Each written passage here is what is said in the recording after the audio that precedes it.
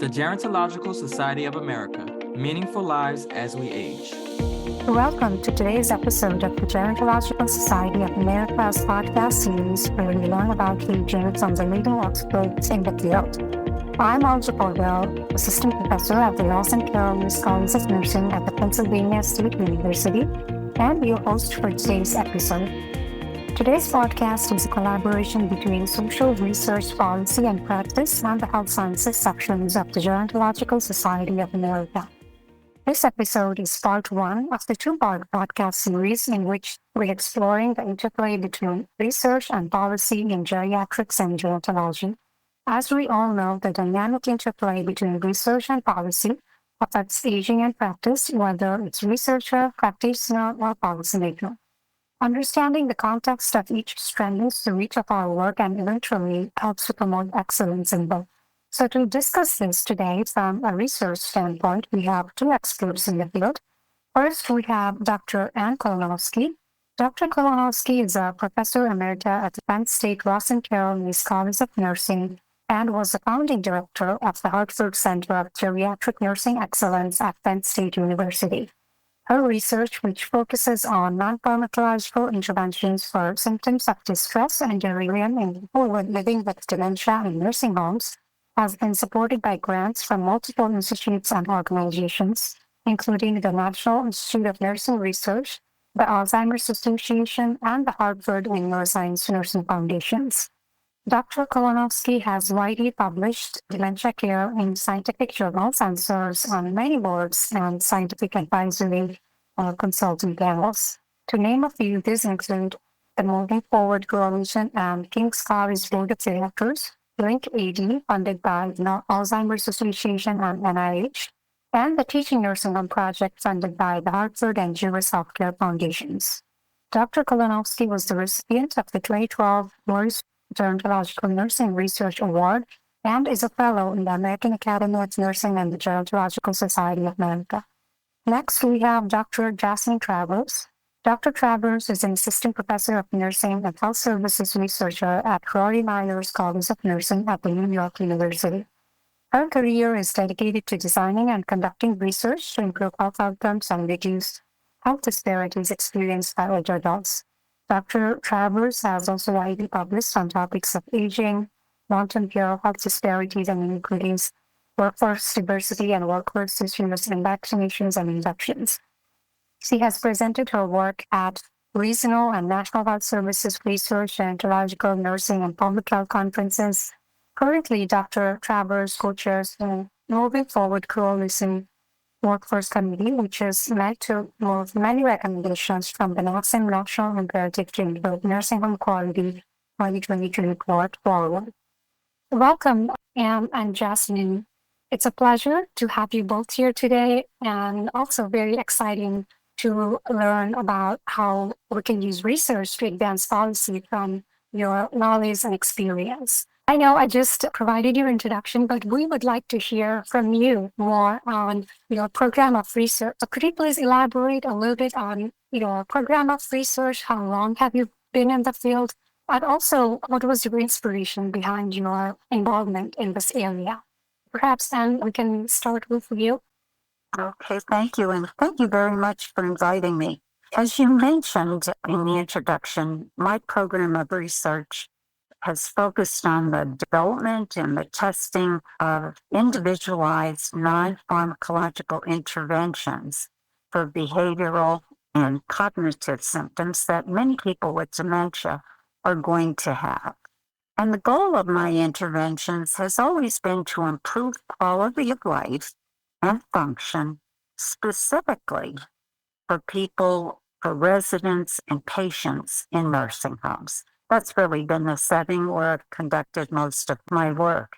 And I've been actively engaged in research. I had a chuckle thinking about this for 35 years, but my interest in the care of older adults really goes back 50 years.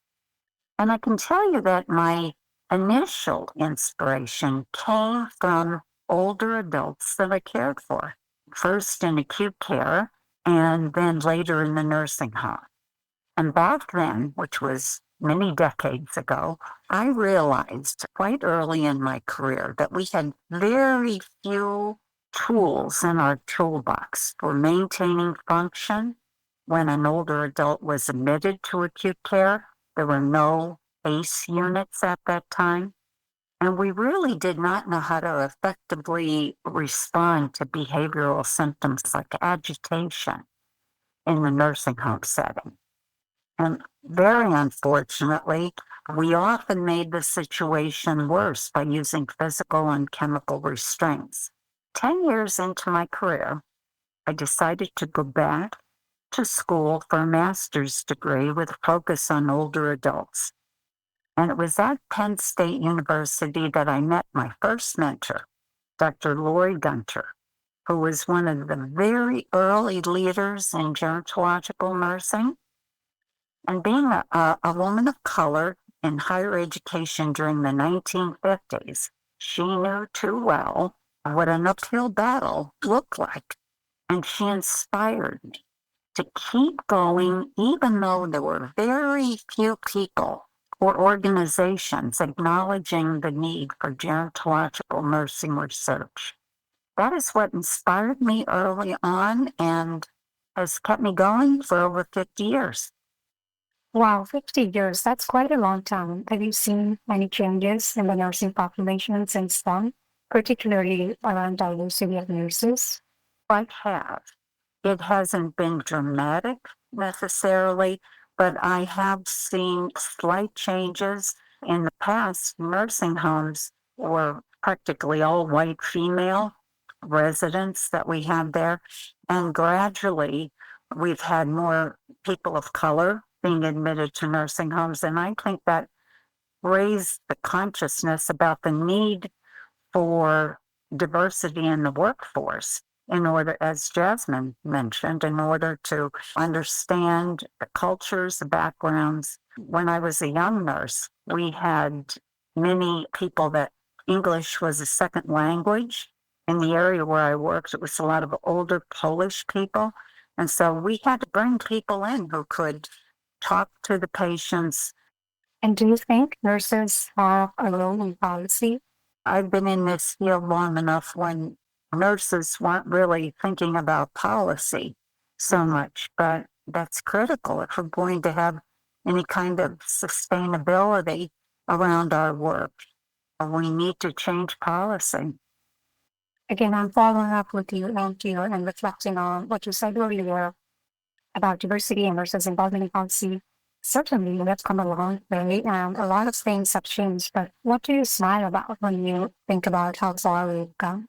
As I mentioned before, I think one of the things that has changed for the better is that nurses are more well prepared to sit at the table these days. We're better educated. We do have a voice, and people are starting to realize that nursing science is critical, as is nursing care. I can tell you, 50 years ago, when I worked in the hospital and the nursing home, we were still getting up to give physicians a chair to sit down and check the chart. We've come a long way since then. Jasmine, before we hear about your inspiration and research focus, we would really like to hear your perspective on being a woman of color and of the younger generation. As you look forward, what opportunities and obstacles do you see for the growing diversity in the field? So I think that's a great question. I see this twofold, both with that younger generation that you're talking about, then also being a woman of color. When I am a part of different committees or research teams, and more people are looking to understand inequities in long-term care, aging and such, and they want to really work with researchers as well who are closer to these issues, meaning that they probably represent the population being studied. And there are very few researchers of color, and then researchers who are also clinicians of color in this area of work. with that, why is that the case? That is a question that I ask myself in general, but thinking about that younger population, I was part of the younger population who was not studying aging or long-term care work because I didn't feel like it was sexy. I wanted to study the 18 to 64-year-old population. I think it's just because how society sets us up as far as how we view aging and older adults and long-term care. We don't see that as something that we should be investing our time in.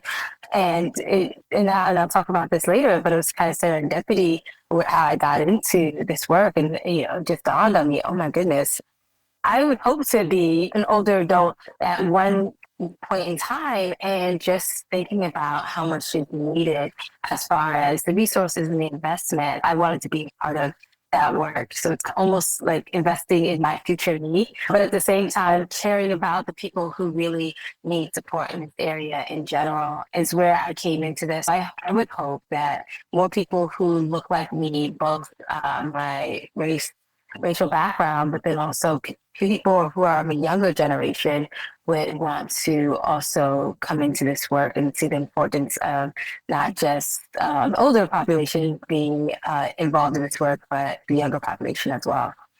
Thank you, Jasmine. That's well said. Now, let's dive into your area work.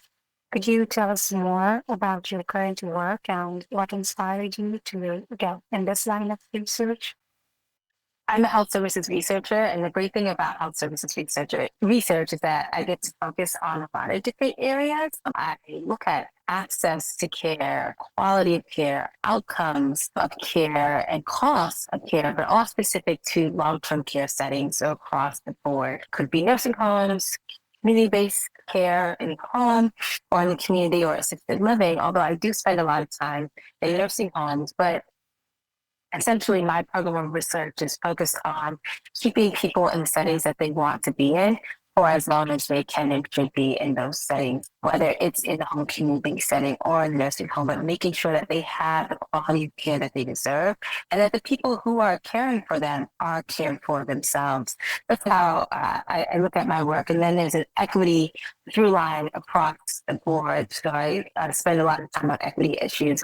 And then just like I was saying, as far as people who care for older adults, the workforce themselves, as far as like the inspiration in getting into it. So I'll just mirror and kind of take it back a little bit as far as being a nurse. In the clinical setting, as a nurse, I worked in the medical ICU. I saw a number of different inequities that were inherent within the system. So inequities in the care that my patients themselves receive, but then also inequities in the workforce and how different people were treated based off of their race or ethnicity. And that drove me to want to make change. I felt like in the hospital setting, as a nurse, at least for me, I feel that every patient that was assigned to me was meant for me. And I felt like I was making a difference in those patients' lives, but I felt like I was only making that difference on a very individual level, and I wanted to be able to make a difference on a larger level. So that's what had me going into a PhD program. As I got into the PhD program, I was really interested in access care disparities, but in the 18 through 64-year-old population. And it was not until my current mentor at the time was leaving the university that I was assigned to a different mentor who was focused on the 65-year-old population in nursing homes and focused on infections and such. And I'm like, oh no, it was a great research team, but it was not the population I thought of at all. And my new mentor said, I know that's not the population you're interested in, but you can ask a disparities question within the data that I have available to you. One of the greatest things I think we get to hear as PhD students is a done dissertation is the best dissertation. Because sometimes we feel like, we have to change the world in this one dissertation. So I folded and I said, fine, I'll do this just to get it finished. But then I started to have conversations with my brother at the time. And my mother had just turned 70 years old. And he was raising concerns about her long-term care and what we would do if she were to need long-term care services. And him realizing that Medicare didn't cover a nursing home if she needed nursing homes, and realizing that we were too late for long-term care insurance. And me being a person who was studying nursing home issues, it was very complicated, and it just for me to really advise him and contribute to that conversation. And we tried to say, you know what, let's start to save a little bit of money every month, and be like $100 each across 4 of us siblings, $400 a month, which would equal to about $4,800 a year, which would not cover any ounce of long-term care at all. So we pretty much started planning and ended planning all in one day. With that, I really started to appreciate the complexities with long-term care, access to services and quality of services, and wanted to really spend more time in this work and recognizing there are very few people actually doing this work with regards to aging and long-term care, and how important it is that more attention and more people in this area of work is needed. So that's how I got into this space. Thank you, both. So it seems like it was really practice, and your clinical practice in working with older adults really inspired you to engage in this field of research, and Jasmine, with desire to make a difference in the lives of the patients you were caring for. Some of your experience within your own family really inspired you to be in this field. And I'm sure a lot of our listeners will be able to relate with these inspirations. The next question is, now that we have learned about your inspiration, the next question is about how your research impacts or will impact policy and practice. Can you provide an example of a research project that changed, informed, or influenced policy at the state or national level? I can start here. One of the earliest experiences that I had as a postdoc was being part of the Reducing Restraint Project at the University of Pennsylvania, and that was with Lois Evans and Neville Strump. And the work they did demonstrated that with expert nurse consultation and education, staff in nursing homes could respond to behaviors like agitation without using these restraints. And that work, I was part of that project, informed a national set of standards for the care of nursing home residents. And it grew out of the Federal Nursing Home Reform Act of 1987, if you remember, OBRA 87. And as part of that project, I did another secondary analysis of their data set to see what happens to people who are chemically and physically restrained over a year's period of time. Do their symptoms improve? Is there less agitation? And we found no, it was even worse, and they were injured by those chemical restraints. So we knew that they were ineffective, and we needed other types of interventions. Following that experience at Penn, I started to work on a conceptual framework with colleagues of mine at the University of Michigan. And what we were trying to do is explain what are these behavioral symptoms? What's driving them?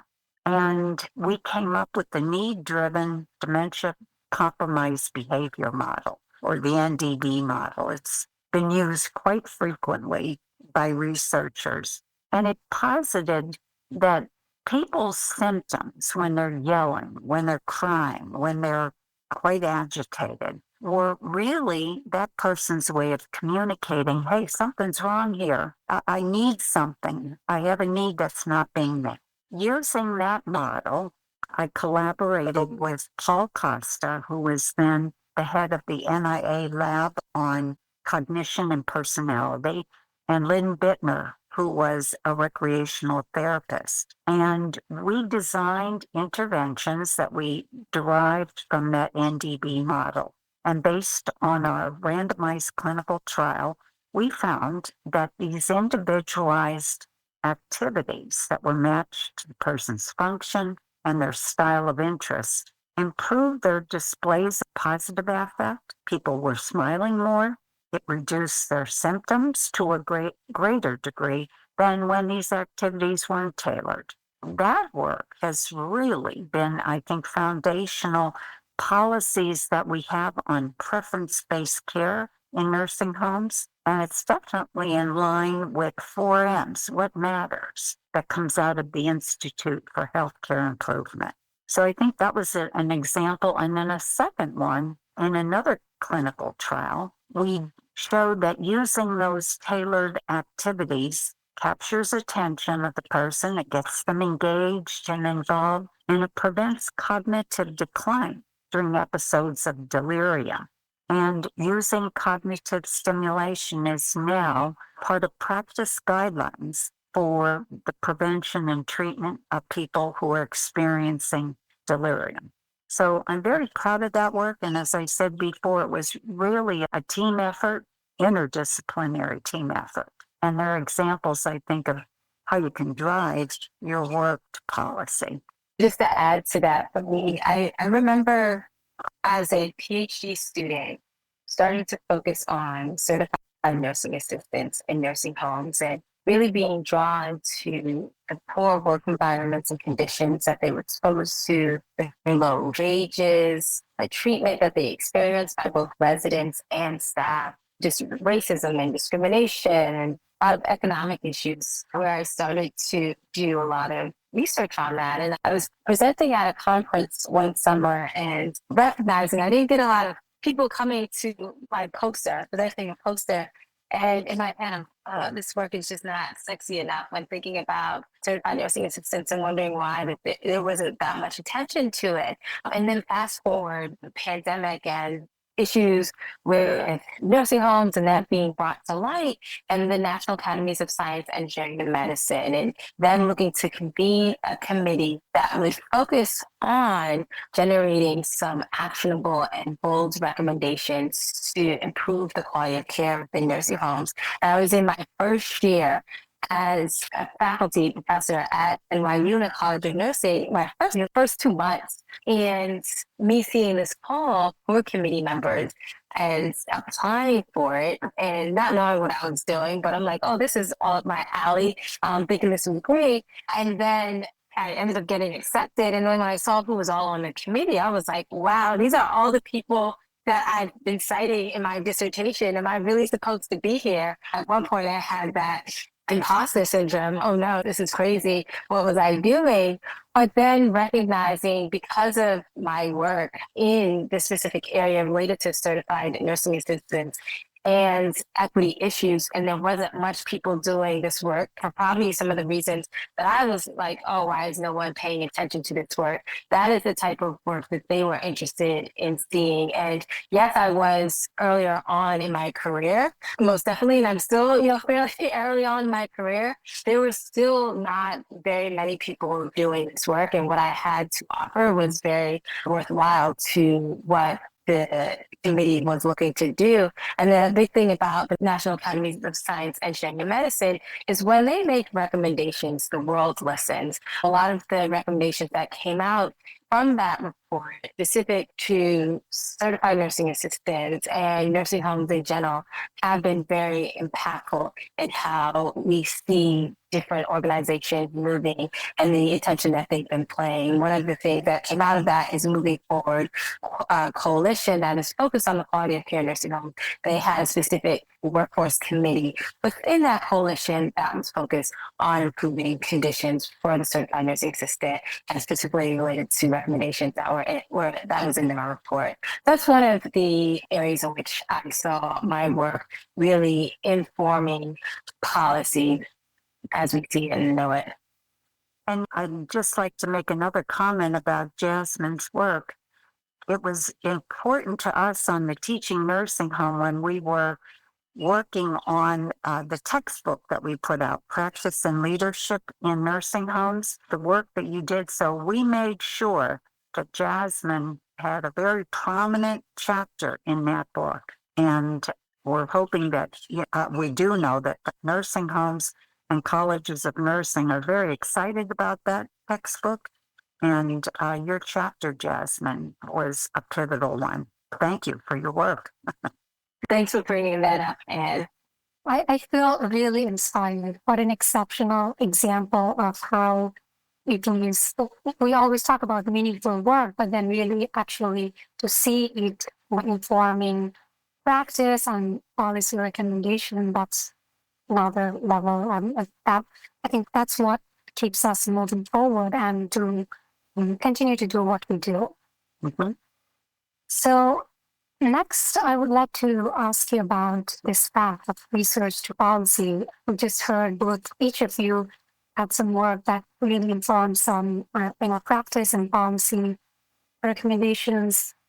Did you intend to discover gaps and change policy, or was it just happenstance, happened by chance?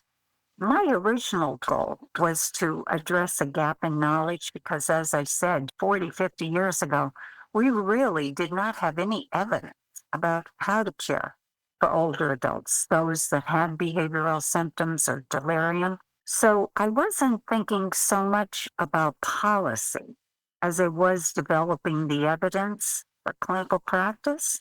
But because the issues that our team was focused on, things such as delirium and behaviors, they were ones that affected a lot of people, and they were very, and continued to be very costly in terms of both human and dollar terms. So they lent themselves to a policy path quite quickly. People out there in healthcare are going to focus on problems that are costly, that happen to a lot of people. And I tell my mentees that all the time.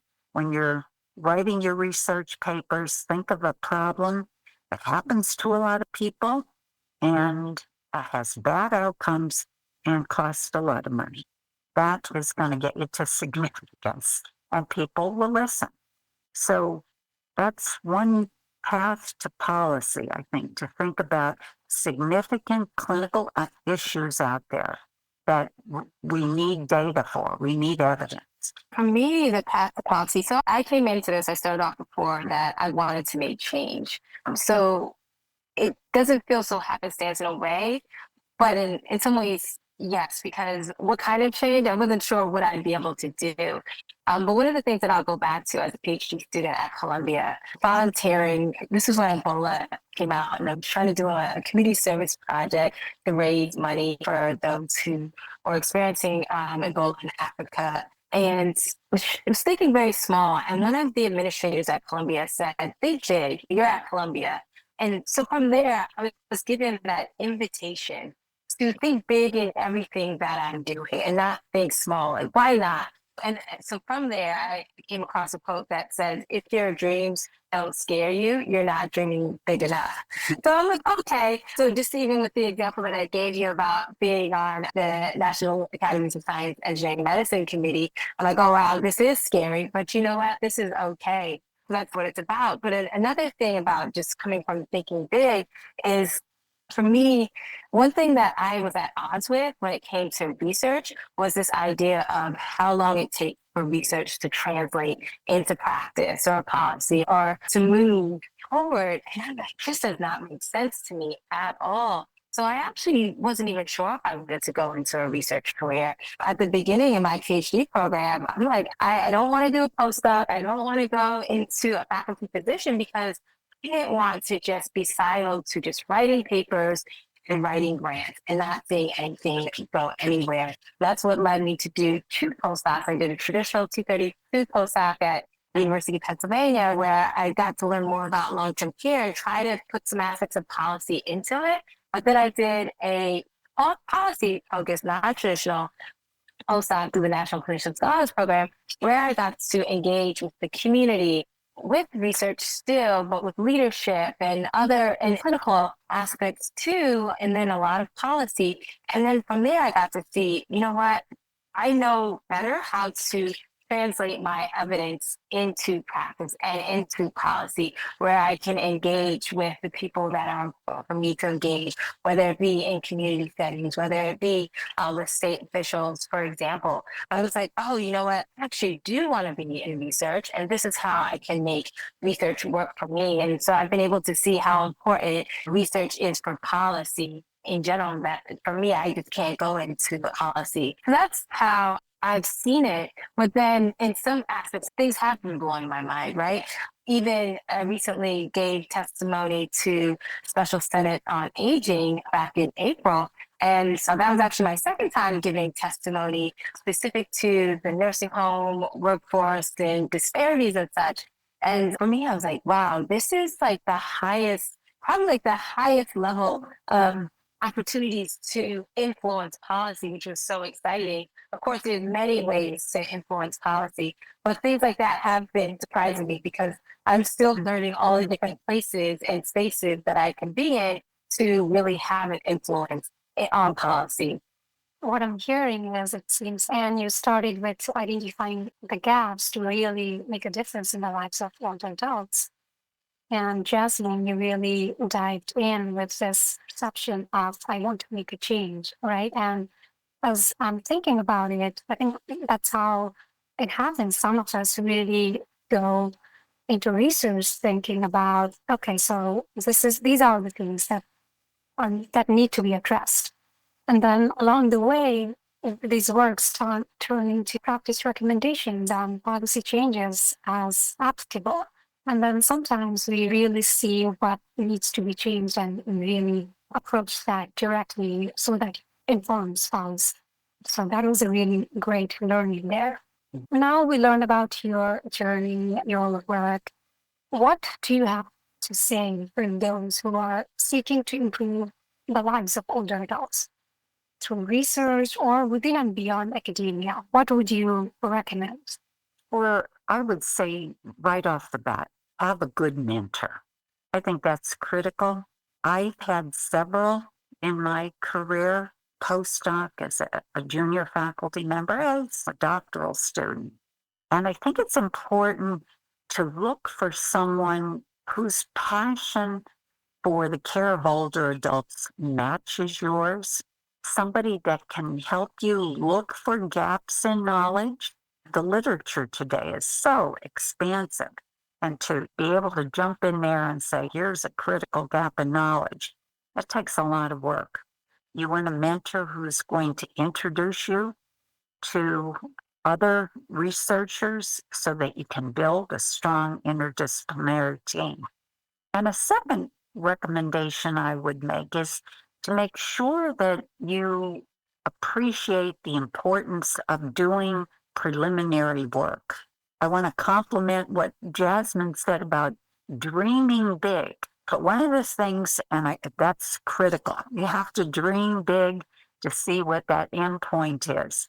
In our book, Successful Grant Writing, we make a point to start small, to go big. Build that, have a solid base of preliminary data before applying for larger grants. And then very importantly, and I think this is critical, stay close to the older adults whose lives you want to improve, because they're going to tell you what they need, and they're going to be your biggest asset in building a program of research. So that, I would say, that would be my message to someone who wants to make a difference in the lives of older adults. I agree with everything that Ann shared. And just to give an example about the mentorship piece, that mentor that I switched over to in my PhD program, the topic that she was doing was unrelated to the topic that I was interested in, but she had a strong research team. She was a strong mentor herself, and she was a senior researcher, which smart people with a well-developed team are going to be able to guide you very well. And that's what she was able to do. And even help connect you to people that are particularly of your topic of interest and was sharing. So that is something that it's very important to think about as you are navigating mentorship. And it's okay to have additional mentors across different universities and different disciplines as well, and having mentors that serve different purposes and can be informal or formal. So that's something just to consider. But even that preliminary work that Anne was talking about and staying close to the older adults, I think that's so important. And I would add to that, just staying close to the issues at hand, really understanding those issues in which you're studying, whether it be different populations, how are you connecting with those populations, whether they are a specific race or ethnic background or ethnic background or in specific neighborhoods. Are you going into those areas and really understanding those issues, really to hear and learn from others? If it's the workforce, really thinking about creating community advisory boards or just speaking to those individuals. Another thing that I would add is not to be afraid to tell the story that's not being told and do the work that is not funded by a grant or is not perceived that it would be funded by a grant. And that's something that I did over the course of my time. For example, workforce, I was always told that H doesn't fund workforce or NINR doesn't fund workforce. I still continue to do that work, and it's okay if it's not funded, and I received funding in other areas, but it's been one of my most sought after program of research. I actually, for a long time, didn't even think of myself as a workforce researcher because I was told that's not an area that is funded. So with that, I felt like that's not an important area to actually showcase, but for me, it was important for me to still dig into that work on the side. And a number of the projects that I do, some of the projects that I do are on the side. They're not funded by any grants. Sometimes those are the most fun projects that I'm doing. And they provide the most robust information and they inform so many different areas of my work, whether it be future grants or discussions that I have and conversations that I have with other folks in such a rich and robust way, and sometimes differently than what I might have in my funded studies. So I think those are some additional recommendations that I would say. And one other thing is I would say is to collaborate. Don't be afraid to collaborate. And again, across the board, across the disciplines, community, researchers, really appreciating how rich the work that you're doing becomes when you open up your collaboration. Don't feel like you need to work in silos, and please don't do it in general, but I always get so amazed by how much, my understanding of a subject area and how much my papers are rich because I collaborated widely. What about outside of academia? And I really think nurses outside of academia need mentors too. I think what we said about having a good mentor goes across whatever setting that you're working in. That's critical to have someone to show you what a vision that's better than where we're at right now. How long-term care nurses can be part of research and policy change. And both Jasmine and I are involved in the teaching nursing home, and I think that's an excellent example of how long-term care nurses can come together with academic nurses and together promote research in long-term care and also be a force for policy. We have a saying that when we come together, our faculty as well as the practice community, it's an all teach, all learn. We're learning from them, they're learning from us. And that can only benefit the people we care for. So I think that's one way that, outside of academia, having those partnerships and respecting the knowledge that we each bring to the table. Yeah, I agree with Anne. Just going and talking about how the long-term care nurse, how they can be part of research policy change. I would recommend going to places and connecting with organizations that are doing the work that you are interested in. Seeing if you can go to conferences, whether they're local conferences or more regional, national conferences specific to aging, long-term care, where research and policy is a focus. And going there and asking questions during different sessions and connecting with folks and seeing how you can be involved. I really recommend that. And then when thinking about organizations that are focused on advocacy or moving policy forward, like moving forward, for example, we have made a call out for any and everybody who wants to work on improving care for nursing homes, whether it's nursing home residents, nursing home staff, administrators, as well as researchers, and so many other people to really be at the table to see how best we can address these issues. Long-term care nurses, most definitely, they're needed. Their voices are needed. We just need to know where you are. So don't hesitate to, connect yourself to these different organizations or conferences or meetings, or just reach out to a researcher alone and just say, hey, I know you're doing this work.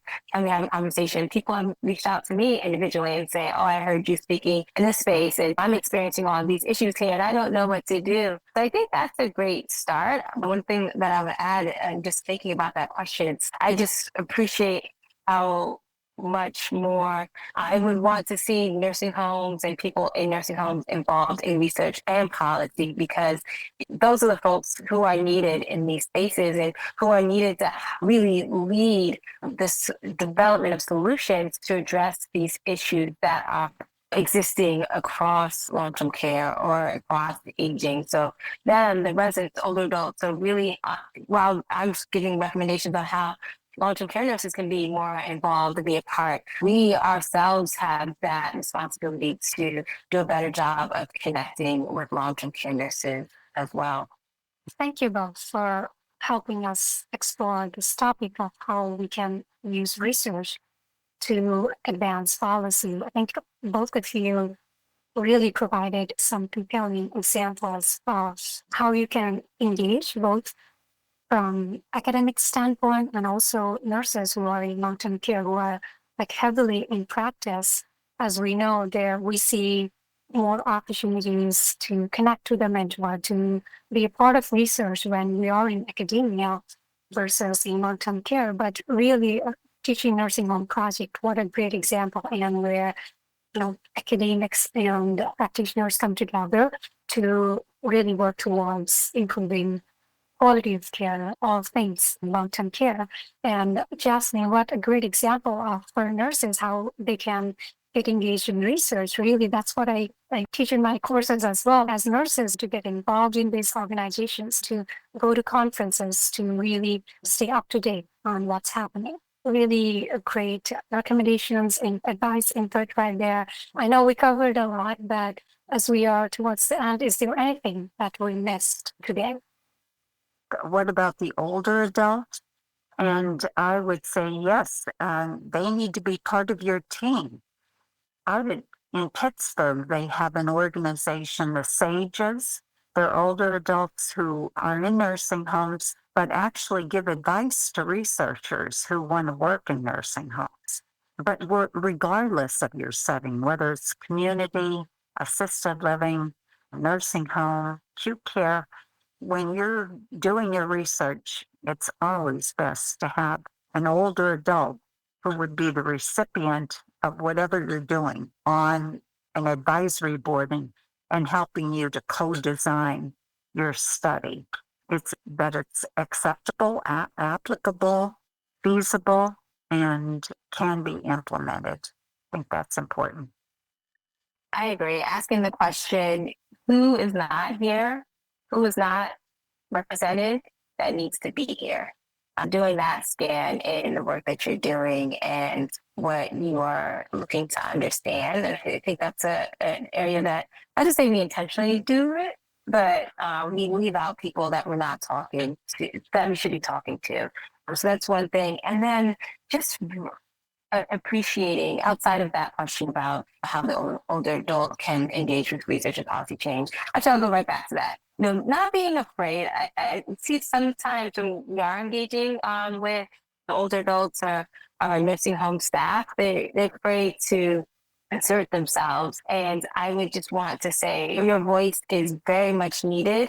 So don't be afraid to be in these different spaces related to research and policy. I'll leave it at that. But then the other thing I wanted to just leave off with is just appreciating the value of different types of information So whether it be information gathering from the older adult themselves, there's a lot of information that I've started to gather from other media outlets, such as Reddit, where I'm able to hear from CNAs, for example, and the experiences that they have in working in long-term care settings where I wouldn't be able to get that information in other ways. So just valuing the different places that we can learn more about the topics that we're interested in that we don't traditionally navigate. So that's one thing I'd leave off with. On behalf of the Social Research Policy and Practice and the Health Sciences section, thank you again both. To our listeners, I hope you are as inspired as I am. Lots of sincere finding a mentor, doing the preliminary work, engaging with older adults themselves who want to make a difference in their lives, encouraging our nurses to get involved in organizations, attending conferences. I am leaving this podcast fully inspired. This was a really informative and great session. Stay tuned for the next session where we will consider how policy influences research. Thank you. The Gerontological Society of America was founded in 1945 to cultivate excellence in interdisciplinary aging research and education to advance innovations in practice and policy. For more information about GSA, visit geron.org. GERON.org.